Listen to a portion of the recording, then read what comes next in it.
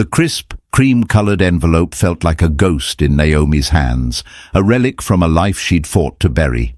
Ethan's looping, arrogant script was a punch to the gut, an invitation to his wedding. He wanted a witness to his triumph, a ghost at the feast to highlight how far he'd soared since leaving her in the wreckage.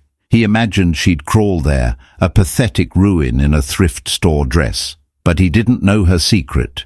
He didn't know that for the past 5 years she hadn't been just surviving. She'd been building an empire, fueled by his betrayal. And she wasn't coming alone.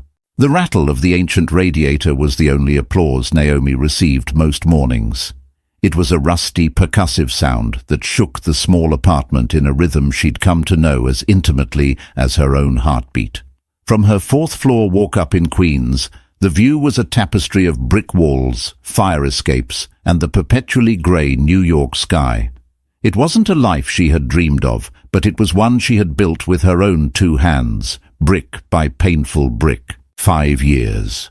Had it really been 5 years since Ethan Blackwell had walked out, leaving nothing but a clipped, cruel note on the kitchen table and a gaping hole where their future was supposed to be? He'd called their marriage a starter marriage, a stepping stone. He was destined for corner offices and champagne flutes, he'd written, while she was not. He'd made it sound like a kindness, as if he were releasing a caged bird, when really he was just tossing her out of the nest from a great height, expecting her to plummet. In those first few months, she nearly had. The silence in their once shared apartment was a physical weight. Every corner held a memory. Ethan, laughing as he tried to teach her to dance in the living room, the scent of his coffee brewing in the morning, the weight of his arm around her as they fell asleep. He had been her world, the brilliant, ambitious man who had swept her off her feet in college. He'd loved her, she was sure of it, but his love was conditional, tied to his own assent. When her father's small construction business had failed, taking their modest family savings with it, the cracks in their foundation had shattered. Ethan saw her not as a partner in hardship, but as an anchor. The invitation arrived on a Tuesday. It was tucked between a utility bill and a coupon mailer, its thick, creamy cardstock a stark contrast to the flimsy paper of her daily struggles. Her fingers trembled as she saw the return address, a penthouse on the Upper East Side. His handwriting, a confident, masculine scrawl she knew better than her own, was a ghost caressing her name, Naomi Park. He hadn't even used his last name for her. A deliberate surgical cut to remind her she was no longer a Blackwell. Inside, the invitation was an exercise in understated opulence, gold foil lettering on a heavy linen finish card. Ethan Blackwell and Ophelia Drake request the honor of your presence at their wedding. Below, the details of a lavish ceremony at the Plaza Hotel, a place Naomi had only ever seen in movies. A small, handwritten note was tucked inside, on a separate card bearing his personal monogram. Naomi, I know this might be awkward, but it would mean a lot to me if you were there to see this, to see how things have worked out, for both of us. No hard feelings, right? J. No hard feelings. The phrase was a lit match tossed into the tinderbox of her soul. It wasn't just an invitation. It was a summons, a command performance. He wanted her there as a prop, a living, breathing testament to his glorious new life. He wanted to see her in a cheap dress, her face etched with the struggle of the past 5 years, a perfect, pathetic counterpoint to his radiant heiress bride. He wanted to parade his victory in front of her, the woman he'd discarded like a piece of faulty equipment on his climb to the top. Her stomach churned. The old Naomi, the one who had cried for weeks, who had felt her worth shriveled to nothing under the weight of his abandonment, would have ripped it to shreds. She would have curled into a ball and let the familiar waves of shame and inadequacy wash over her. But that Naomi was gone. She had died a slow, painful death in the crucible of single motherhood and relentless hard work. Her gaze drifted to the framed photo on the small, wobbly end table. 3 identical faces, all with her dark eyes, and infuriatingly, Ethan's determined chin grinned back at her. Lily, the thoughtful, quiet one. Sienna, the boisterous, fearless leader. And Zoe, the little diplomat, the one with a smile that could disarm armies. Her triplets, the secret she had discovered just 6 weeks after Ethan had left. The secret she had never shared. When the doctor had confirmed it, her first emotion wasn't joy, but sheer, unadulterated terror. She was alone, broke, and about to be responsible for 3 tiny lives. She had considered calling him, of course. A part of her, the part that still foolishly loved him, had imagined he would rush back, that the news would change everything. But she knew him better than that. He would have seen them as he saw her, an anchor, a complication. He might have offered money, a settlement to make the problem go away, and the thought of his children being reduced to a transaction made her physically ill. So she had kept her secret. She had moved out of their apartment before the eviction notice came, found this small place, and started fighting. She worked 3 jobs, cleaning offices at night, waitressing on weekends, and doing freelance graphic design in the stolen hours between. She built a small business from her kitchen table, fueled by caffeine and a desperate, burning need to give her children a life he could never diminish. Now that business, Rivera Design, wasn't so small anymore. She had clients across the country, a small team of employees, and a reputation for being brilliant and tireless. She wasn't wealthy by Ethan's new standards, but she was successful. She was proud. She was a survivor. Holding the invitation, a new feeling began to eclipse the hurt. It was a slow-burning, icy resolve. Ethan wanted a ghost at his wedding. He wanted to shame the poor, abandoned wife he'd left behind. He had no idea who he was inviting. He thought he was summoning a memory, a footnote to his life story. He had no idea he was inviting his legacy. Naomi walked over to the window, the invitation still in her hand. Below, the city hummed with a life that had once intimidated her, but now felt like an ally. It was a city of reinvention, of second acts. He had written her out of his story. Fine, it was time to write herself back in, not as a victim, but as the hero of her own. "Okay, Ethan," she whispered to the city lights, a faint, dangerous smile touching her lips. "You want me there? You got it?" She would attend his perfect, opulent wedding, but she wouldn't be the woman he remembered, and she wouldn't be coming alone. Ethan Blackwell adjusted the silk knot of his tie, his reflection staring back at him from the floor-to-ceiling window of his penthouse office. The view was breathtaking, a panoramic sweep of Central Park, the skyscrapers of Midtown glittering like a king's ransom. This was the view he'd always believed he deserved. It was the physical manifestation of his success. The proof that every hard decision, every sacrifice had been worth it. He ran a hand through his perfectly styled dark hair. He was handsome, he knew, with a sharp jawline and intense blue eyes that could be charming or cutting, depending on the need. Today they were filled with a restless energy, a hum of anticipation that had little to do with the multi-million-dollar merger he was about to close. The wedding was in 2 weeks, his wedding, to Ophelia Drake. The name alone was a symphony of power and old money.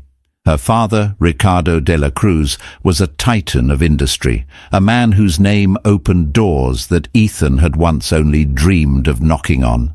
Marrying Ophelia wasn't just a union of love, it was an acquisition. It was the final, cementing move in his ascent from the ambitious son of a middle-class family to a genuine player in the city's elite. Ophelia was perfect. She was beautiful, elegant, and possessed a quiet grace that bespoke a lifetime of privilege. She adored him, looked at him with a kind of reverent awe that soothed the frantic, insecure beast that still lived deep inside him.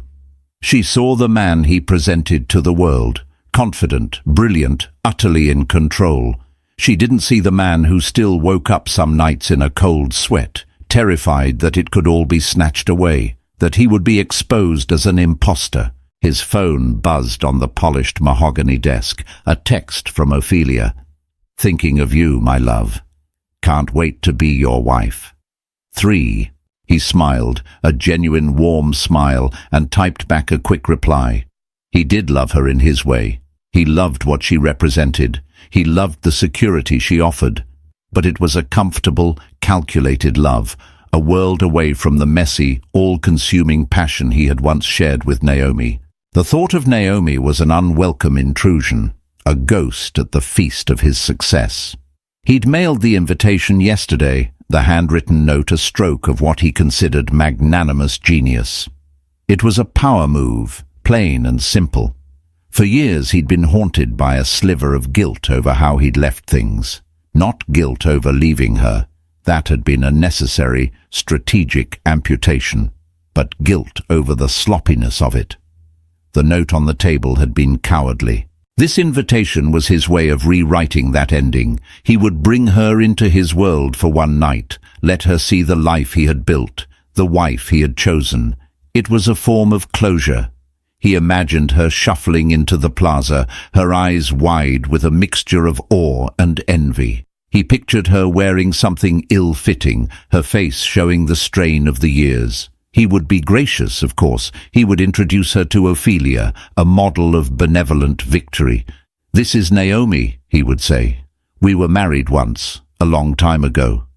And in that moment, everyone would see the contrast. Everyone would understand why he had made the choices he had. It would validate everything. The cruelty of it was a flavor he didn't fully admit to himself. He framed it as generosity, as a desire to show her there were no hard feelings. But the truth, the dark, coiled thing in his gut, was that he needed to see her fail. He needed her to be a footnote, a cautionary tale he had narrowly escaped. Her quiet ambition, her fierce intelligence, he had once admired them.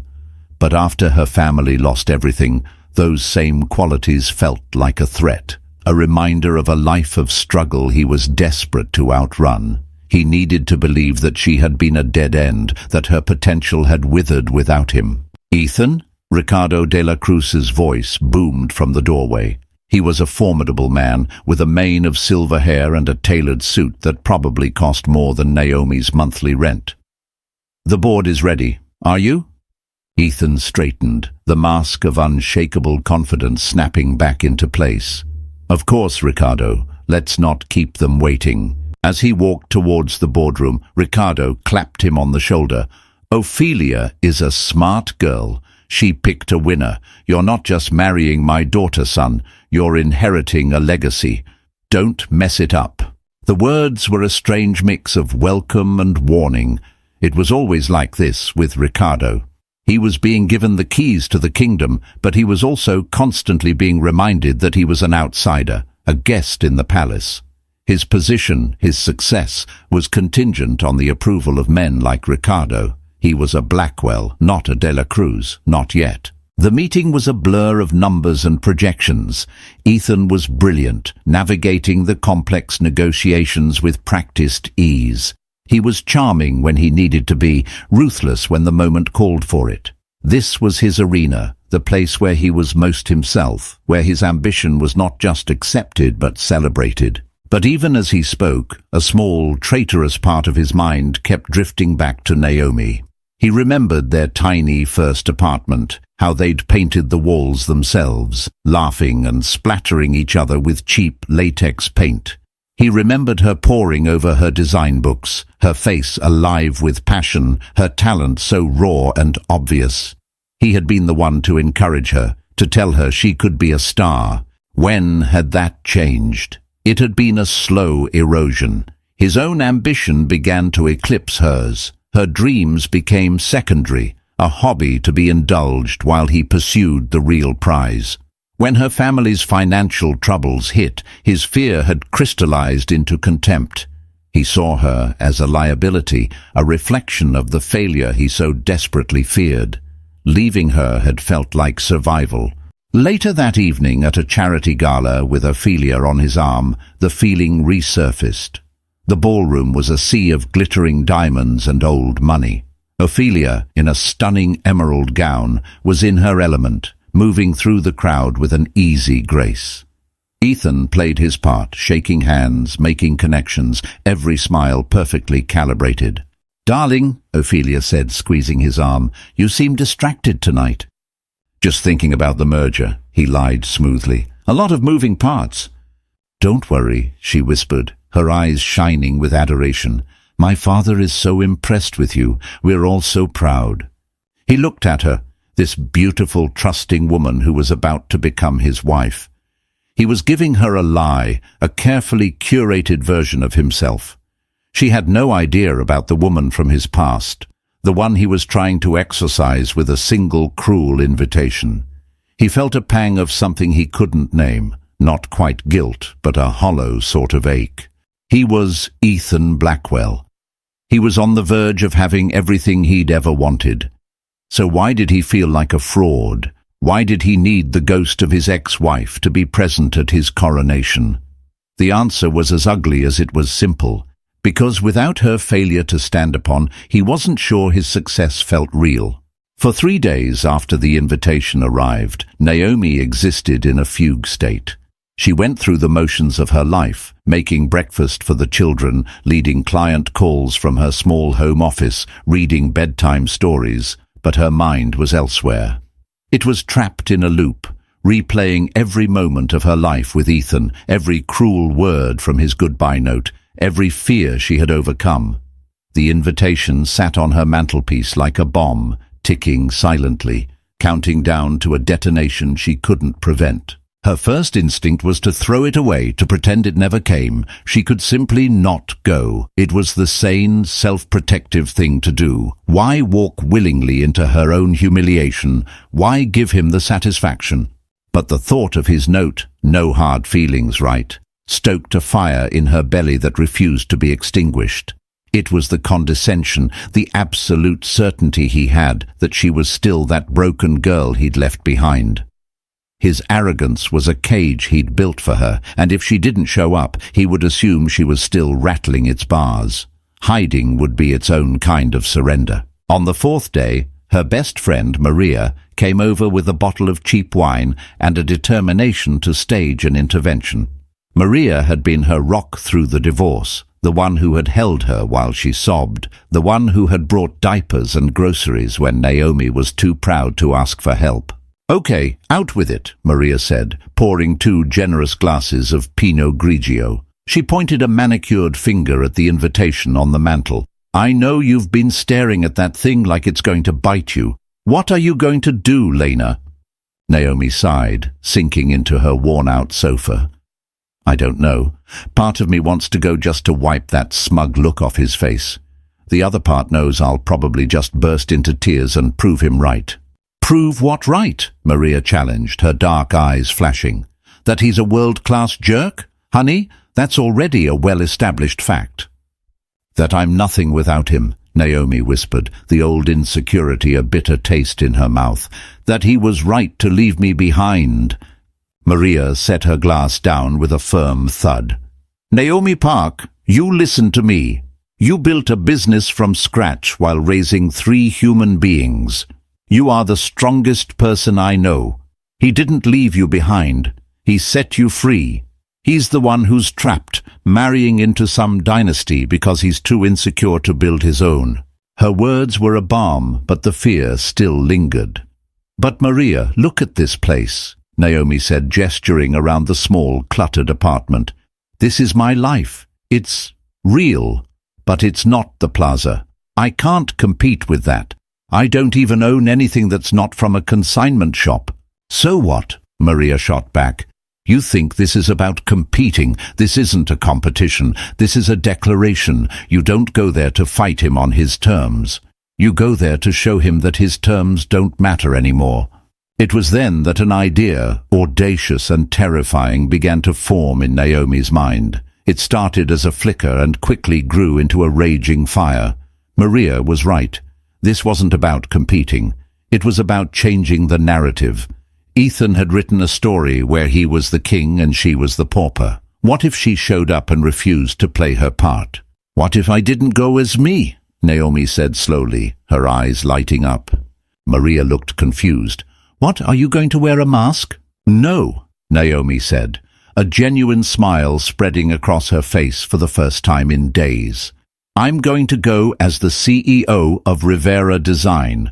I'm going to go as the woman I've become, not the girl he left." The decision, once made, was like a dam breaking. The lethargy and fear washed away, replaced by a surge of adrenaline and purpose. For the next week and a half, Naomi's apartment transformed into a war room. Her first call was to her accountant. She'd been saving obsessively, pouring every spare dollar back into her business or into a fund for the children's future. She'd lived frugally, denying herself any luxury. Now she was going to make a withdrawal. It wasn't an expense. It was an investment in herself. "I need to rent a town car for the day," she told Maria, who was now her enthusiastic co-conspirator. "No, not a town car, a limo, a big, black, ridiculously opulent limo." "I love where your head's at," Maria cackled. Next was the dress. She wouldn't just buy a new dress. She would leverage her own talent. She spent 2 sleepless nights at her drafting table, sketching. The design that emerged was magnificent, a gown of deep sapphire silk that was elegant, powerful, and utterly breathtaking. It was a dress that didn't whisper, it commanded.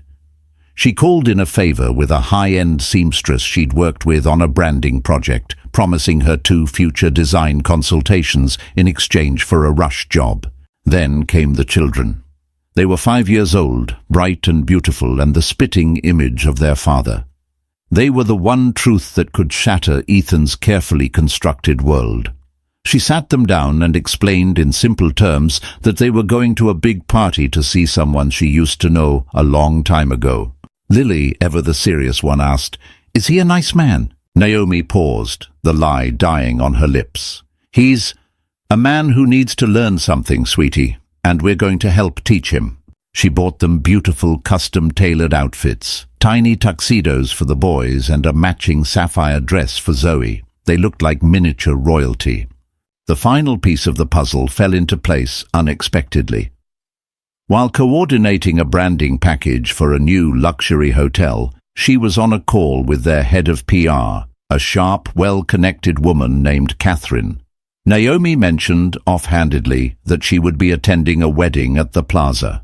"The Blackwell de la Cruz wedding?" Catherine asked. Her interest piqued. "That's the event of the season. The press is going to be all over it. Ricardo de la Cruz knows how to make a splash." An idea, even bolder than the first, sparked in Naomi's mind.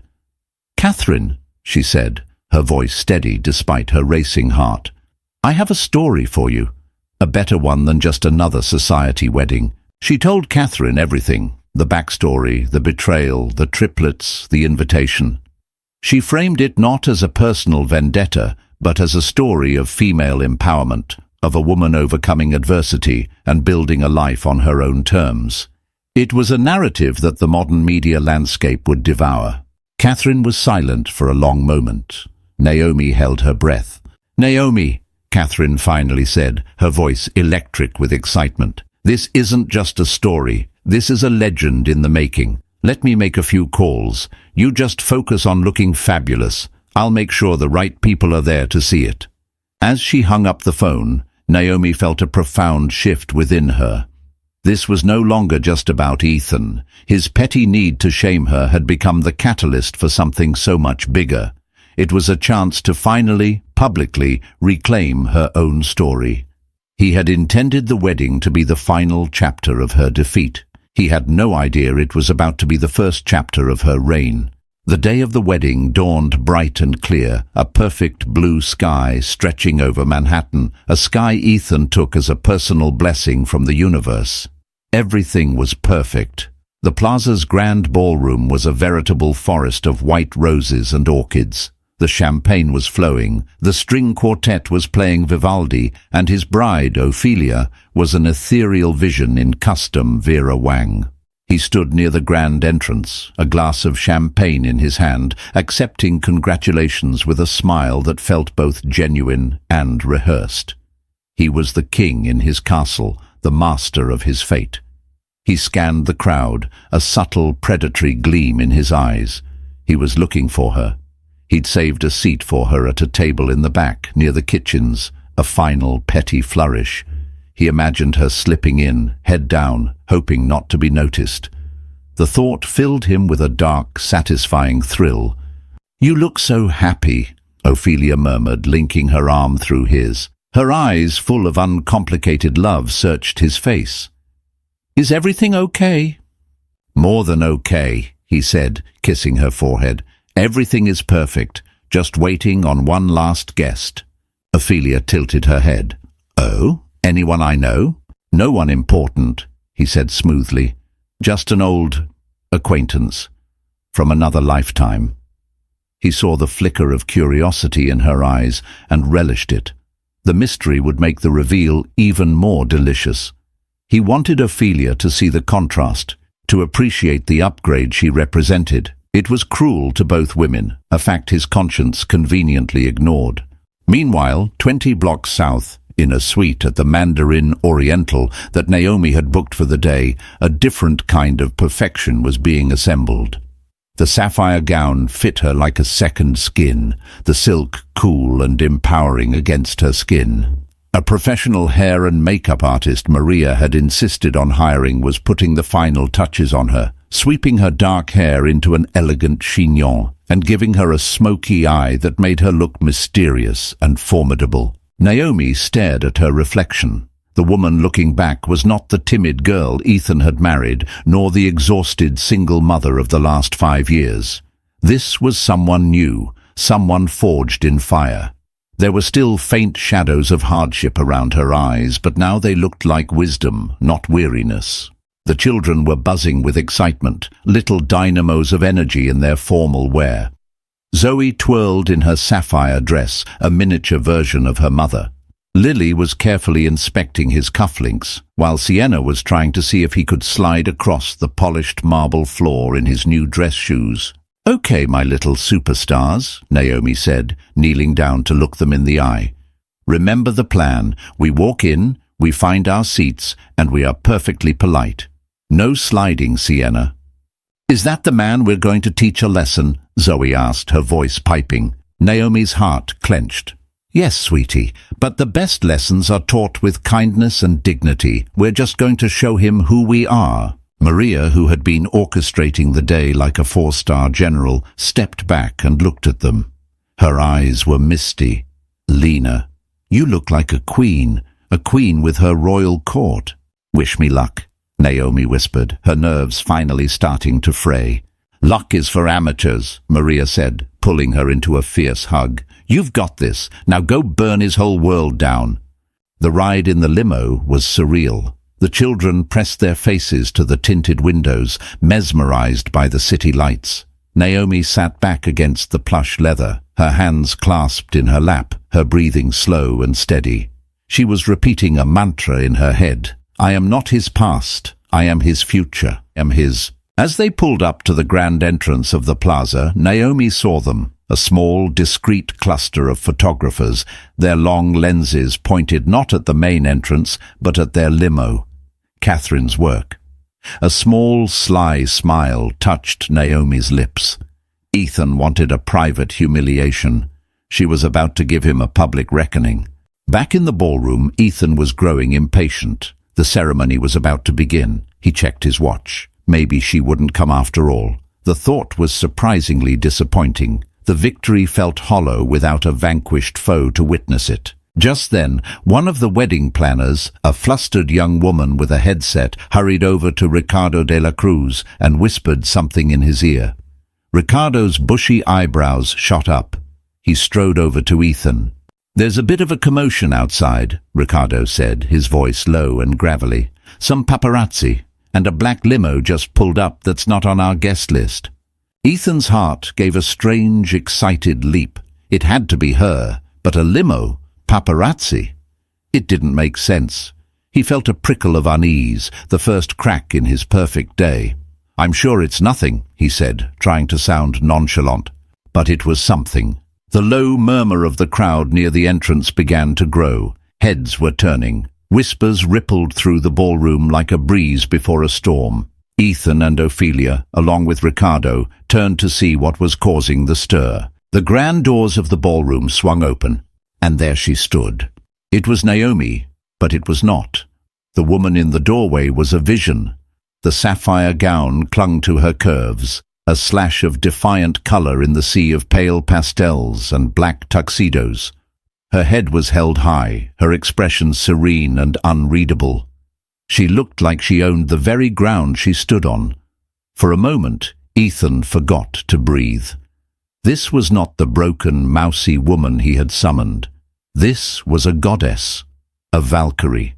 But the real blow, the one that buckled his knees and sucked the air from his lungs, came a second later. Stepping out from behind her, holding her hands, were 3 small children. 2 boys in identical tuxedos and a little girl in a sapphire dress. And all 3 of them had his face, his chin, his eyes. It was like looking at a fractured reflection of himself, at a life he'd never known he'd created, and then destroyed. They walked forward, a silent, stunning procession. Naomi's gaze swept the room, calm and deliberate, before finally landing on him. In her eyes there was no pain, no anger, no love. There was only a cool, devastating pity. The string quartet faltered, the last note of Vivaldi hanging in the air like a question. 100 conversations died at once. The silence in the grand ballroom was absolute, broken only by the soft, rhythmic tap of Naomi's heels on the marble floor as she walked toward him, their triplets in tow, to claim a future he never knew he'd thrown away. The world narrowed for Ethan until it was only the approaching figures of Naomi and the 3 children. His champagne flute slipped from his numb fingers, shattering on the marble floor with a sound that seemed to echo the fracturing of his reality. The noise barely registered over the roaring in his ears. This was impossible. A trick of the light, a hallucination brought on by stress and champagne. But the children were real. Their small, serious faces were turned up towards him, a mixture of curiosity and apprehension in their eyes. His eyes. Ophelia gasped beside him, her hand flying to her mouth. "Ethan! Who is that? Who are those children?" Her voice was a thin, sharp whisper, laced with the first threads of confusion and betrayal. He couldn't answer. His tongue felt thick, useless. He could only stare as Naomi came to a stop a few feet in front of them, her posture radiating a calm that felt more threatening than any scream. She didn't look at Ophelia or Ricardo. Her entire focus was on him, a laser beam of judgment. Zoe, the little girl, tugged on Naomi's hand. "Is that him, Mommy?" she asked, her voice carrying with startling clarity in the tomb-like silence of the ballroom. The man who needed a lesson. The words, so innocent and yet so damning, struck Ethan with the force of a physical blow. A wave of nervous laughter and shocked murmurs rippled through the assembled guests. Ricardo de la Cruz's face, which had been jovial moments before, was now a thundercloud of fury. He took a step forward, his eyes boring into Ethan. "Explain this," he growled. "Now." Naomi finally spoke, her voice smooth and even, betraying none of the turmoil she felt inside. She addressed Ethan, but her words were for the entire room. "Ethan, I received your invitation. You said you wanted me to see how things had worked out for you. So I thought it was only fair that you see how things have worked out for me too." She gently pushed the children forward a small step. "Allow me to introduce you to your sons, Lily and Sienna, and your daughter Zoe. They just turned 5. The collective gasp of the wedding guests was a physical force. Ethan felt the blood drain from his face. 5 years old. The timeline was a brutal, undeniable calculation in his head. He had left her, and weeks later she would have known. She had been pregnant with his children, 3 of them, and she had never told him.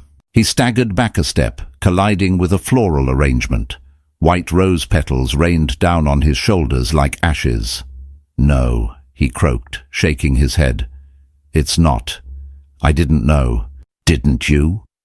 Naomi's voice was soft, but it cut him to the bone. Or was it just more convenient not to? You were so busy building your new life you never bothered to look back at the one you destroyed. Ophelia finally found her voice, turning on him, her beautiful face a mask of disbelief and horror.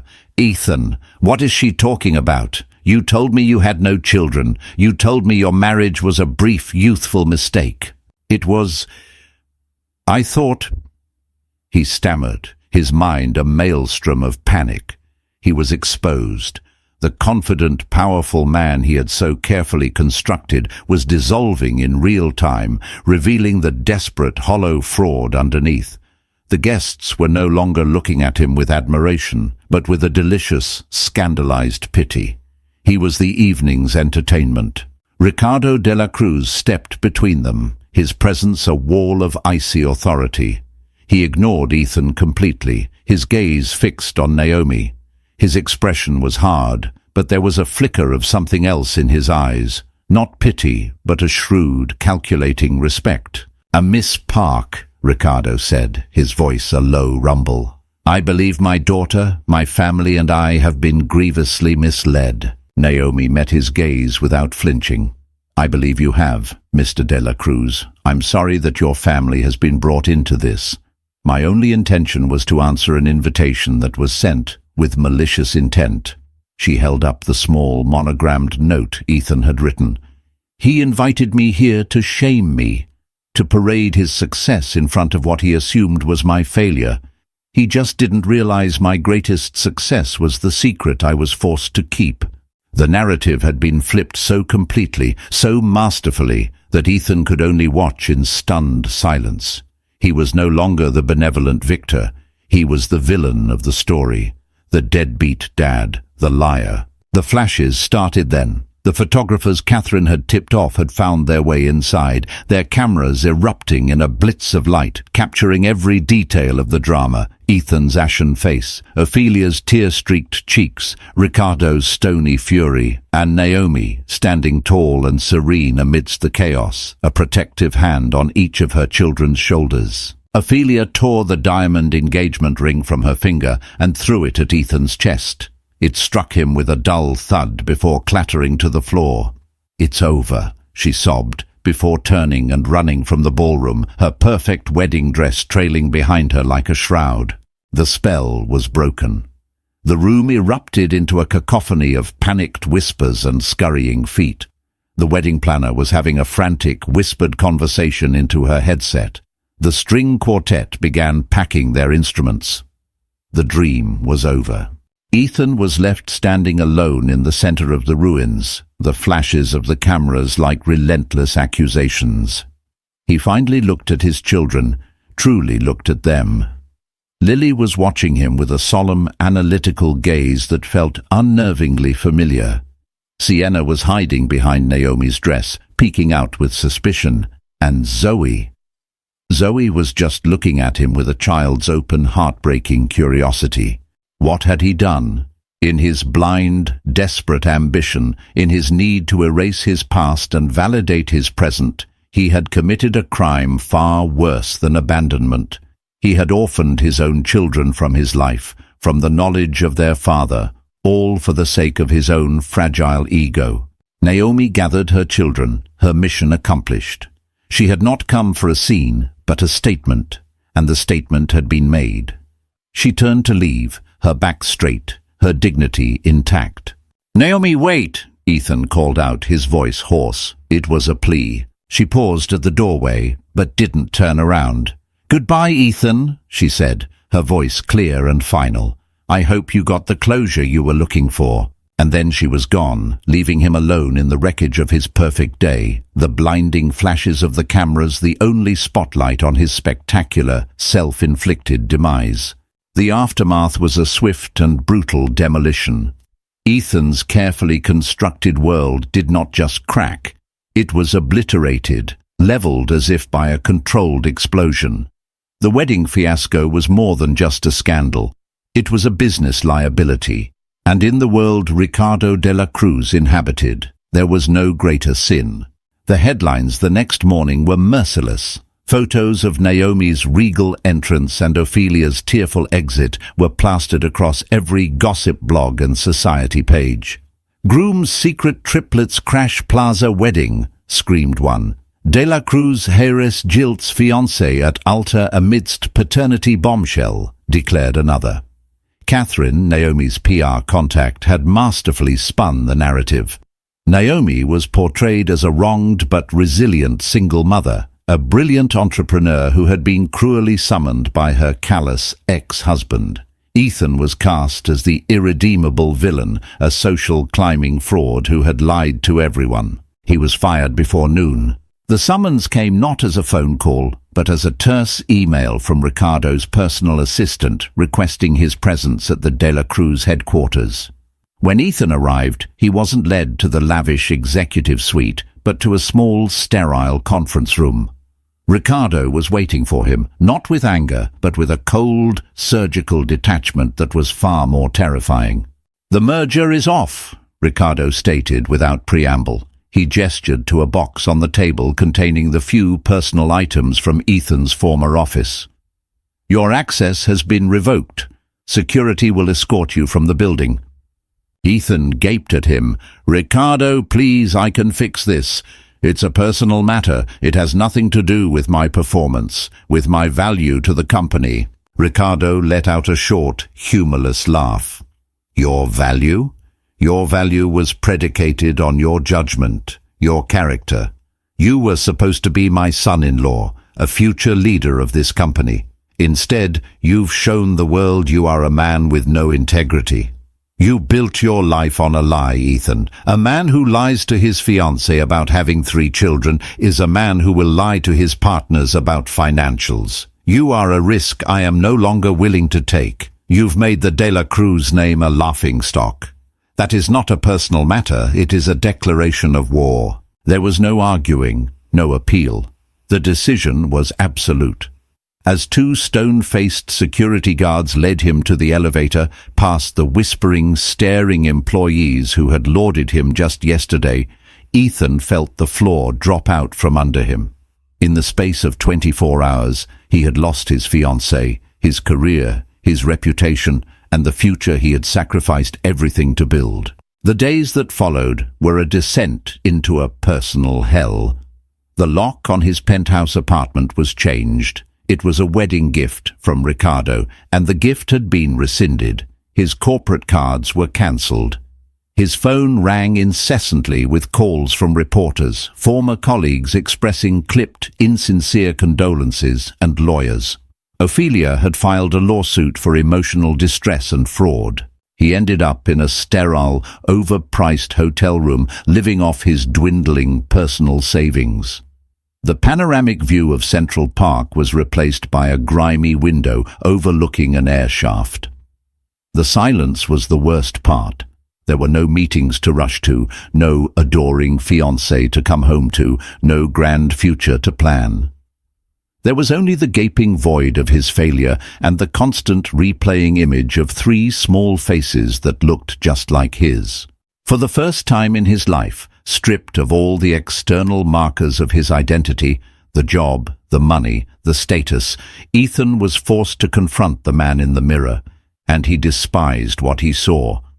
He'd always told himself that his ambition was a noble thing, a drive to create a better life, but now he saw it for what it was, a ravenous, insatiable hunger born of deep insecurity. He hadn't been building a life. He'd been running from the fear of being ordinary, the fear of being the son of a struggling accountant from Ohio. He had seen people, including Naomi, not as partners, but as assets or liabilities on his personal balance sheet. He'd liquidated the asset he deemed non-performing, his wife, and was about to acquire a blue-chip stock in Ophelia. He thought of Naomi, not the avenging angel from the wedding, but the young woman he had once loved. He remembered her fierce loyalty, her quiet strength. She would never have abandoned him if the situations were reversed. She would have fought for them. He had mistaken her goodness for weakness, her love as something he was entitled to. The biggest revelation, the one that brought him to his knees in the soulless hotel room, was about his children. He was a father. He had 3 children in the world. For 5 years they had been growing up just a few miles away, and he'd had no idea.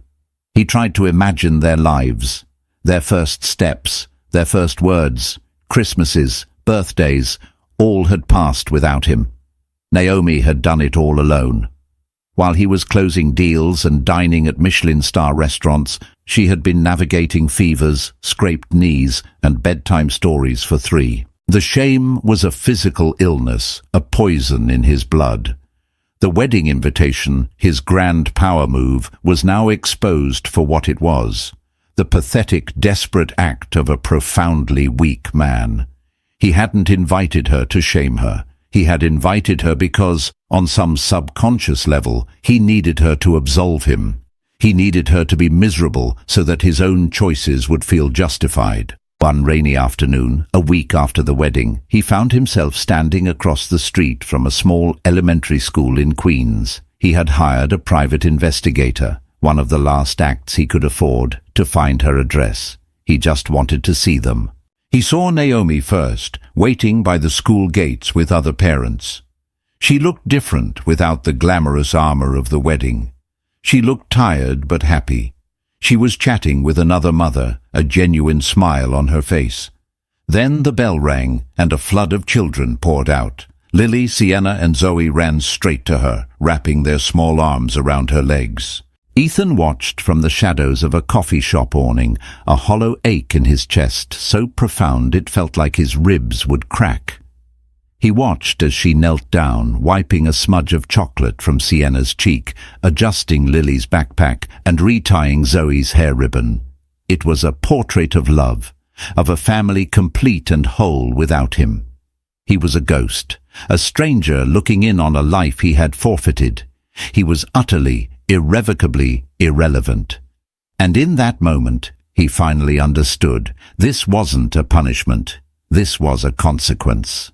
The media storm, as intense as it was, eventually moved on to the next scandal. For Naomi, the quiet that followed was a relief. Her life, for the first time in a long while, felt entirely her own.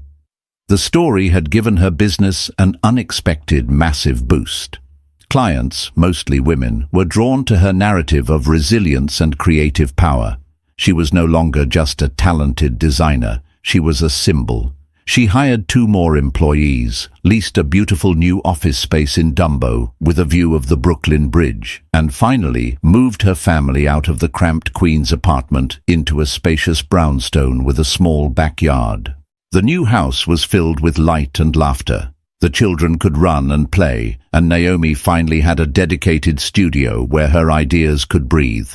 She was making more money than she had ever dreamed of, but the real wealth was the peace of mind she had fought so hard to win. She had security, a thriving career, and a happy, loving home for her children. She had done it all herself.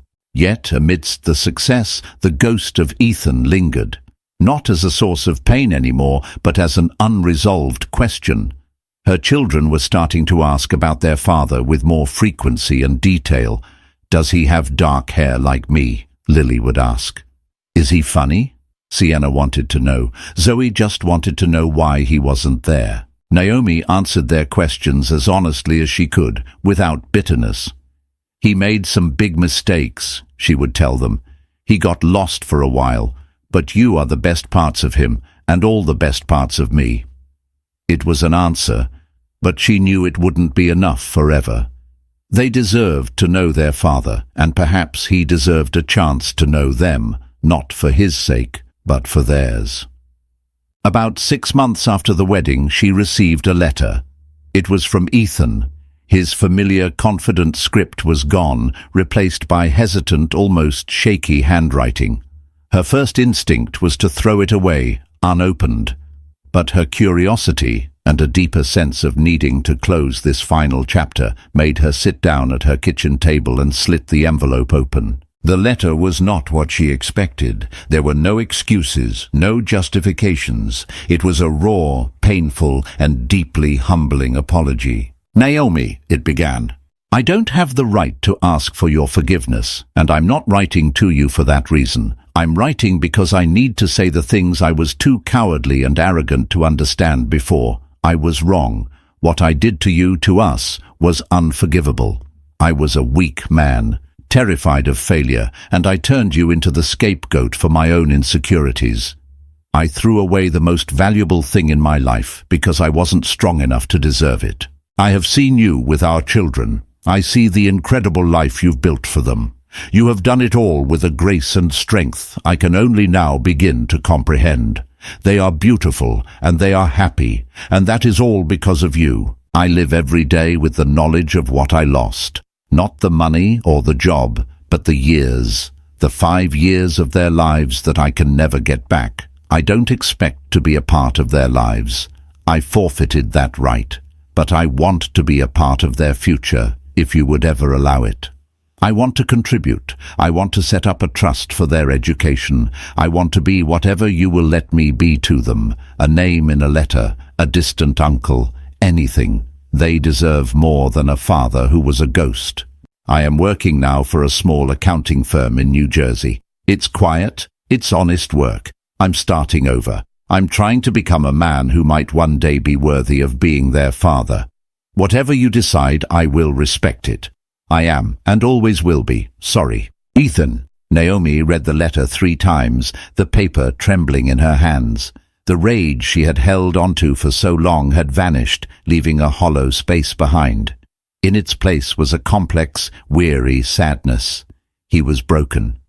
The world had broken him, and in doing so had finally made him see the truth. This was not the Ethan she had known. This was a man stripped bare, facing his own ruin. Redemption, she realized, wasn't about her forgiving him. It was about him forgiving himself, and that was a journey he had to walk alone. But her children, their journey was another matter. Denying them a father, even a flawed and repentant one, felt like a punishment that didn't fit their crime of simply being born. A month later, on a sunny Saturday afternoon, Naomi sat on a bench in Central Park. A few yards away, Lily, Sienna, and Zoe were throwing a frisbee with a man who looked nervous and overwhelmingly grateful. Ethan. She had agreed to this. A supervised public meeting. No promises, no expectations. Just a beginning. He looked older. The sharp, tailored suits were gone, replaced by simple jeans and a sweater. There were lines of regret etched around his eyes. But as he knelt to show Sienna how to hold the frisbee, as he patiently answered Lily's barrage of questions, as he smiled a watery, hesitant smile at Zoe, Naomi saw a flicker of the man she had once loved.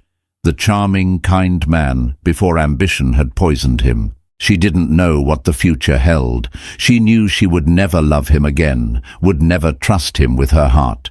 That part of her life was over, but as she watched him with their children, she felt a sense of peace settle over her. This wasn't for him.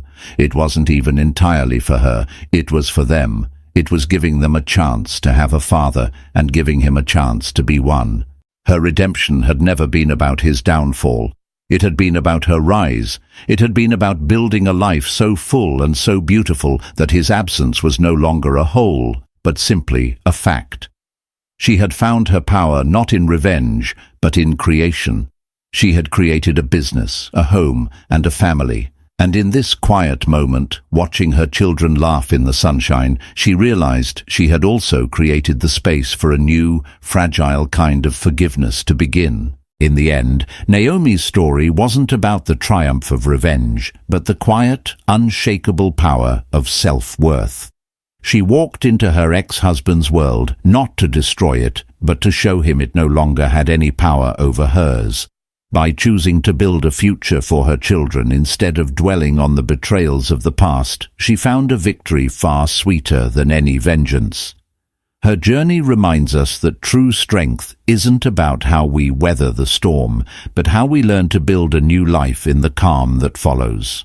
What did you think of Naomi's incredible story of resilience? Let us know in the comments below.